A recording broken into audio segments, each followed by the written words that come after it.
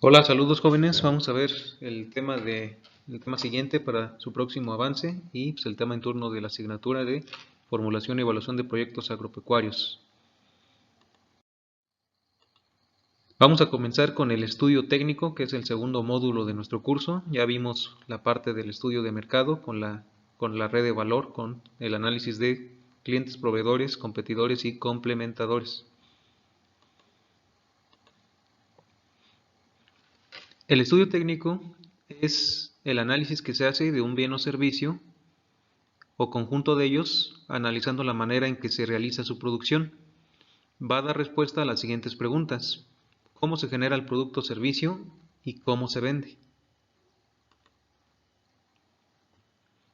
Para que lo tengan presente y pues va a haber pregunta, va a ser motivo de la evaluación.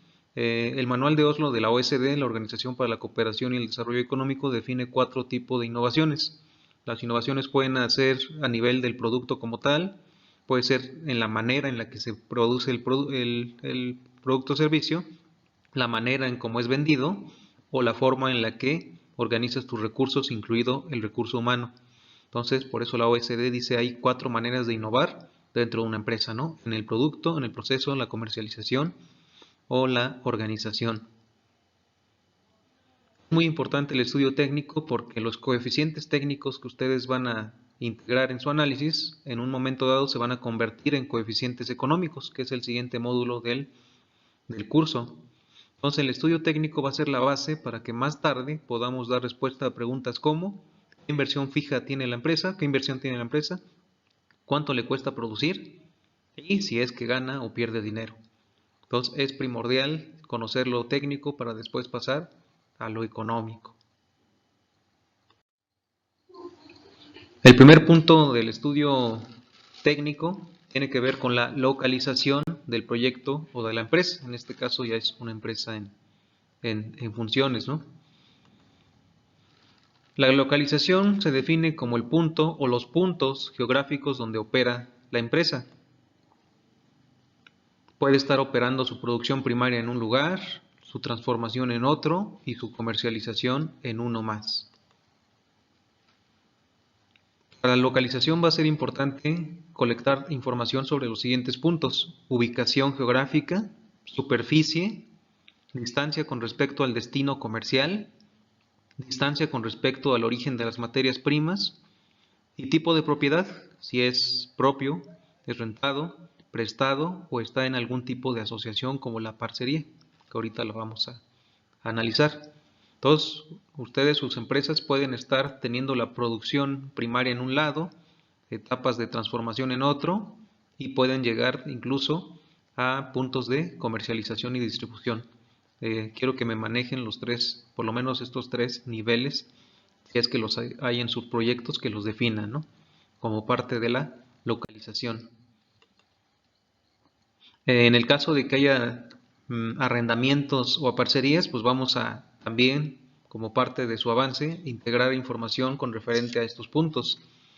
Si hay un esquema de arrendamiento, pues sepan que todo arrendamiento pues tiene 2 actores principales, que es el arrendador, que es la persona que cede el derecho de uso de la tierra, el rastro, la granja, la clínica, el local comercial, lo que sea sujeto de arrendamiento. El arrendador otorga el derecho de uso de este inmueble, y el arrendatario, que es la segunda persona en cuestión, es quien entrega una renta a cambio de ese derecho de uso.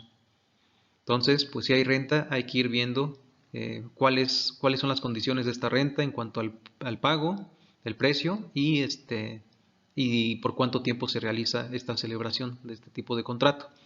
También puede haber contratos de parcería, que pues en el sector agrícola o ganadero, pues a veces le llamamos más mediería o a tercio, etcétera, ¿no? Hay diversas formas de acordar este tipo de esquemas. En la parcería, pues también tenemos 2 partes: está el aparcerista y el aparcero. El aparcerista suele ser la persona que realiza inversiones, poniendo aquí el ejemplo de una granja avícola, inversiones como la caseta, los pollitos, el alimento, medicamentos, asesoría veterinaria y productiva, y también suele realizar la comercialización. Así trabajan empresas como Bachoco, Pilgrims, ¿no? Tyson. En cambio, el aparcero lo que proporciona es generalmente la tierra, el espacio físico donde se coloca la caseta, el trabajo para realizar pues, las actividades para la engorda de las aves, ¿no? Entonces, la diferencia con respecto a la renta es que aquí, como el aparcero o el aparcerista otorga algunos recursos y el aparcero algunos otros, pues negocian para ver cómo se distribuyen, ya sea el precio o las utilidades. Entonces, pues aquí pongo un 70-30 como ejemplo, pero pues depende cómo acuerden ellos. También el pago puede ser en especie, como por ahí algún equipo ya me decía que se entregaba un borrego, ¿no? A cambio de que se dejara que el emprendedor introdujera sus borregos para pastorearlos en campos de ejidatarios vecinos. Entonces, ese tipo de detalles son los que quiero que ya manejen para el próximo avance. Si hay estos esquemas de renta o de parcería o mediería, que nos detallen pues cómo es que se establecen, por cuánto tiempo y con quién, ¿no? Siguiendo con el tema de la localización, decíamos que la empresa puede ubicarse en distintos puntos y cada punto pues puede tener una justificación o una razón de ser, ¿no? También quiero que me desmenucen estas razones en su proyecto que están analizando en la empresa. Puede que la empresa se ubique donde se ubica por una cuestión comercial, para obtener una ventaja comercial, como por ejemplo la cercanía con clientes o proveedores de materias primas o insumos, ¿no? Que me queda cerca la forrajera, que me queda cerca mis clientes. Esa puede ser una razón por la que me ubique en el lugar donde decidí hacerlo. Puede que haya una ventaja económica, por ejemplo, las rentas están más baratas ahí, por ejemplo, hay mano de obra más accesible y más barata, o porque me heredaron, ¿no? Me heredaron el rancho y pues está ahí, ¿no? Entonces, pues es una ventaja también de tipo económica, si es que recibieron una herencia o un préstamo, ¿no? Luego pasa que tenemos un amigo o el familiar que nos presta un terreno o una bodega o lo que sea, y pues por la conveniencia de que no nos va a cobrar renta o nos va a cobrar menos, pues también es una ventaja económica por la cual decidimos establecer nuestros proyectos ahí.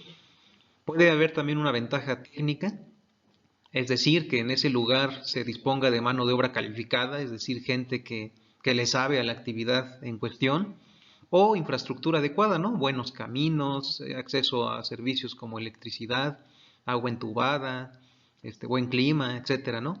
Entonces, también puede haber motivos técnicos para ubicarse en el lugar donde están. También hay ventajas legales, por ejemplo, pues aquí nos vamos más a cuestiones de tratados y acuerdos comerciales, aunque pues estos son más bien proyectos de una índole más local y regional, ¿no? Entonces a lo mejor puede que no haya algo al respecto, pero bueno, también es una posible razón. También la ventaja sanitaria, ¿no? Hay zonas que están libres de ciertas plagas y enfermedades y también resulta conveniente ubicar un proyecto en esos lugares, ¿no? Entonces, de su o sus localizaciones de la empresa que ustedes están analizando, quiero que me desarrollen el análisis de por qué están ubicados en esos puntos, ¿no? Tomando en cuenta al menos estos 5 grupos de aspectos.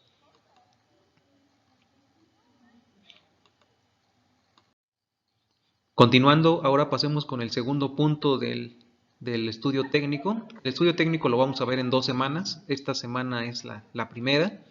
Y como un primer punto de este primer avance del estudio técnico, ya decíamos que era la localización. El segundo punto a abordar del estudio técnico en este avance va a ser la capacidad. Vamos a ver qué es eso de la capacidad.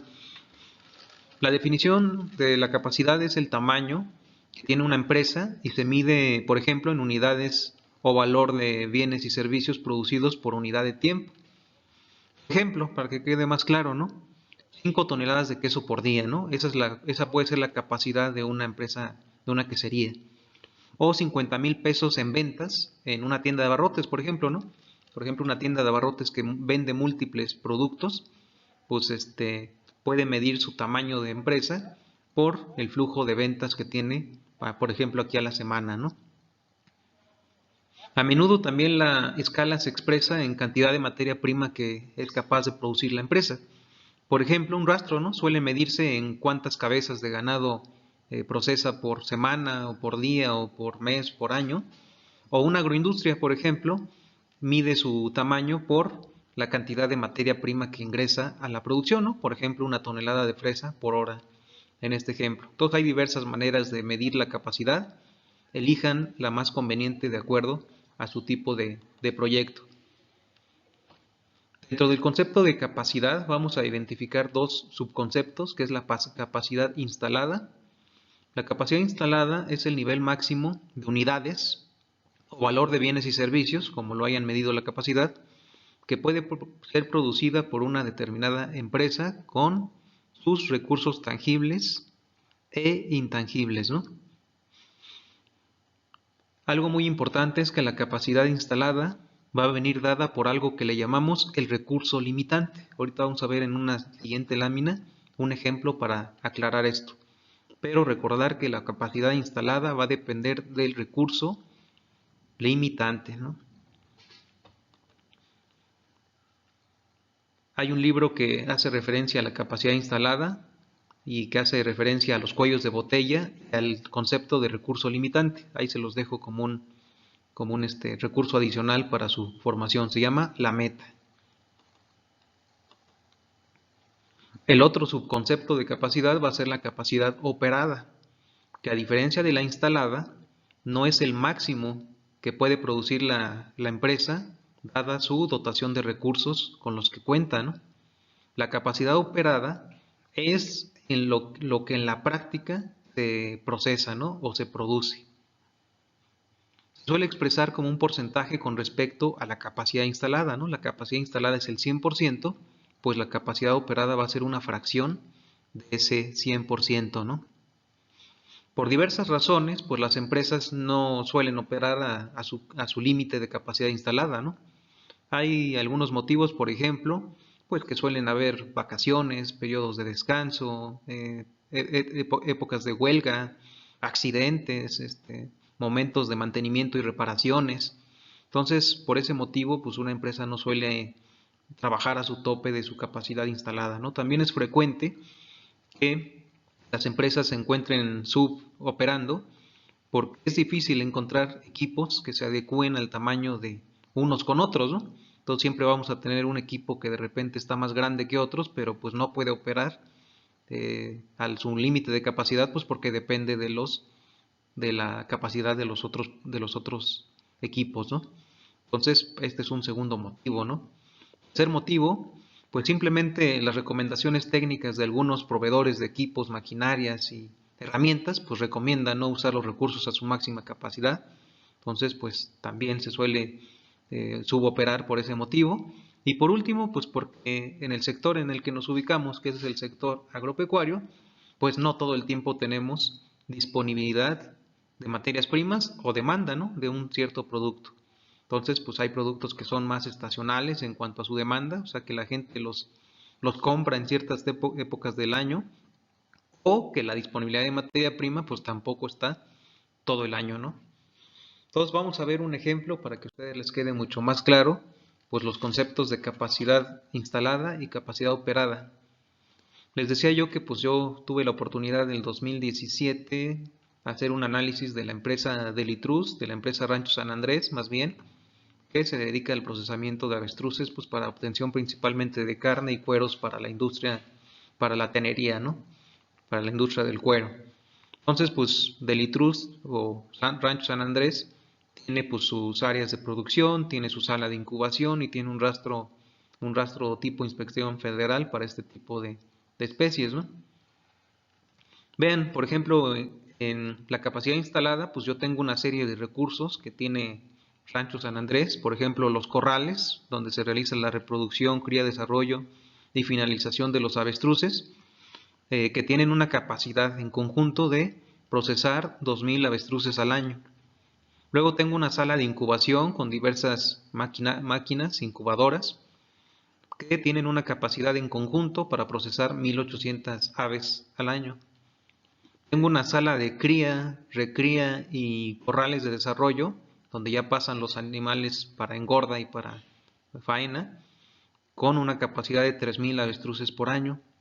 Y por último tengo un rastro que fue pues ahí, digamos, motivo de apoyo de subsidios públicos, y pues tiene una capacidad de 12.000 avestruces por año, ¿no? Entonces aquí la cuestión está en que aunque tengas tú un rastro de 12.000 avestruces al año de capacidad, pues tu nivel de operación máxima que vas a poder procesar pues va a venir dada por tu recurso que limita la producción de los demás, ¿no? En este caso va a ser la sala de incubación, ¿no? El número más bajo, 2.000, 1.800, 3.000, 12.000. Mi cuello de botella en esta empresa pues es la sala de incubación, ¿no? Que pues por diversas razones técnicas pues siempre es la etapa crítica, ¿no? De la crianza del avestruz. Entonces tienen que identificar ustedes cuál es el recurso que limita a no producir las 12.000, por ejemplo, ¿no? Avestruces al año que me permitiría el rastro. Una vez que identifiquen su capacidad instalada dada por el recurso que limita la producción de los demás, pues obtiene la capacidad operada, que es en lo que en la práctica se realiza. Por ejemplo, Rancho San Andrés procesa en la realidad, en la práctica, un promedio de 900, bueno, el año que yo la analicé, procesó 936 avestruces al año, ¿no? En ese año, el 2017. Entonces, pues simplemente divido 936 que efectivamente fueron creadas, engordadas, sacrificadas y procesadas en ese año, entre las 1.800, que es el máximo que podría yo producir, dada mi capacidad instalada, ¿no? Entonces, hago la división, multiplico por 100 y obtengo mi capacidad operada, que es aquí arriba del 50%, ¿no? Y pues pongo aquí con respecto a la sala de incubación. Algo así tienen que hacer ustedes, ¿no? Listar los recursos físicos más importantes, las infraestructuras que podrían limitar la capacidad instalada, elegir el recurso limitante y con base en él obtener la capacidad operada y con respecto a la instalada en porcentaje, ¿no?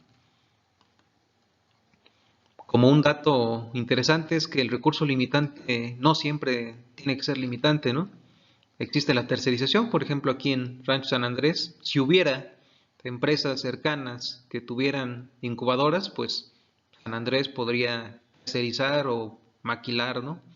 De contratar el servicio de incubación a empresas externas, pero no es el caso, ¿no?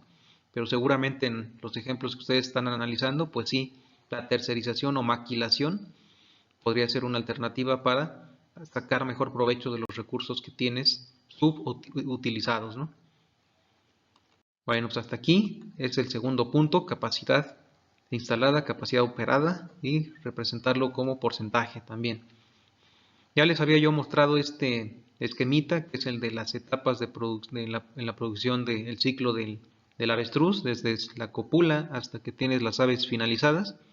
Todos más o menos ubíquense por el mes de marzo, que es donde vamos a tener las primeras eclosiones de los pollitos, y desde ahí corre más o menos 10, 11 o 12 meses, es a las edades en las que se sacrifica el avestruz.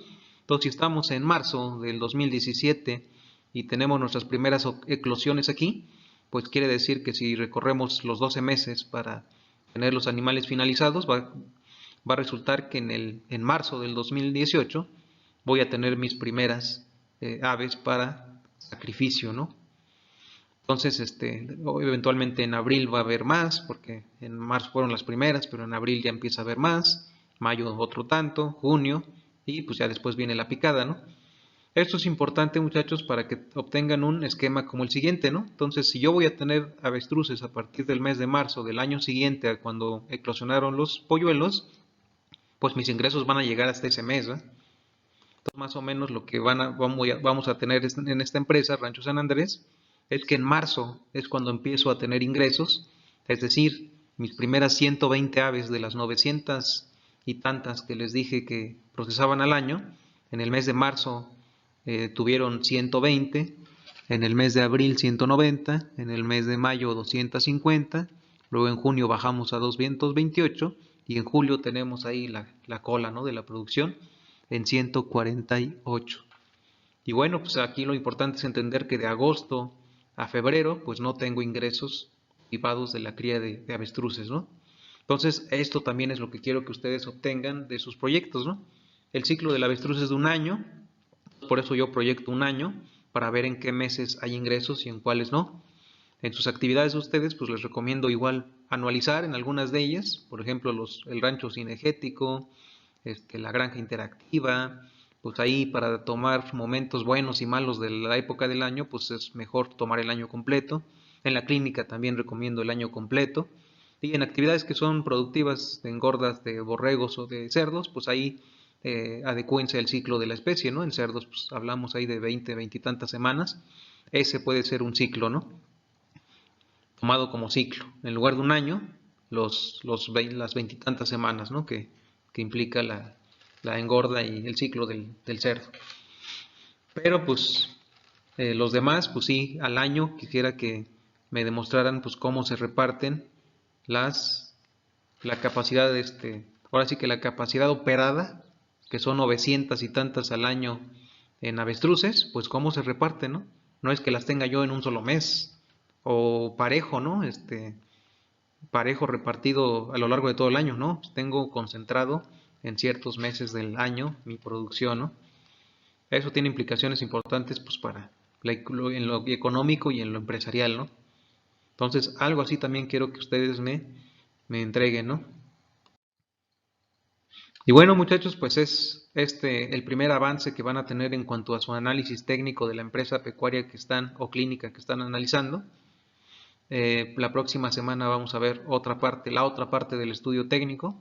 Por lo pronto, lo que tienen que entregar es el análisis de la localización, el análisis de la capacidad con sus respectivos puntos y sus respectivos análisis de ventajas, desventajas, puntos de esquemas de cómo se organizan con los aparceros o con los arrendatarios, etcétera, ¿no? Entonces, pues no le hagan caso aquí a la fecha. Nosotros nos vemos el próximo lunes con su primer avance ya en la cuestión técnica y pues seguimos trabajando como ya lo hemos hecho en un par de semanas ya. Y como siempre, pues la bibliografía base, por si tienen ahí alguna consulta, pues están las 3 referencias que siempre les he recomendado a lo largo del curso. Cualquier cosa, pues comuníquense conmigo. Muchas gracias.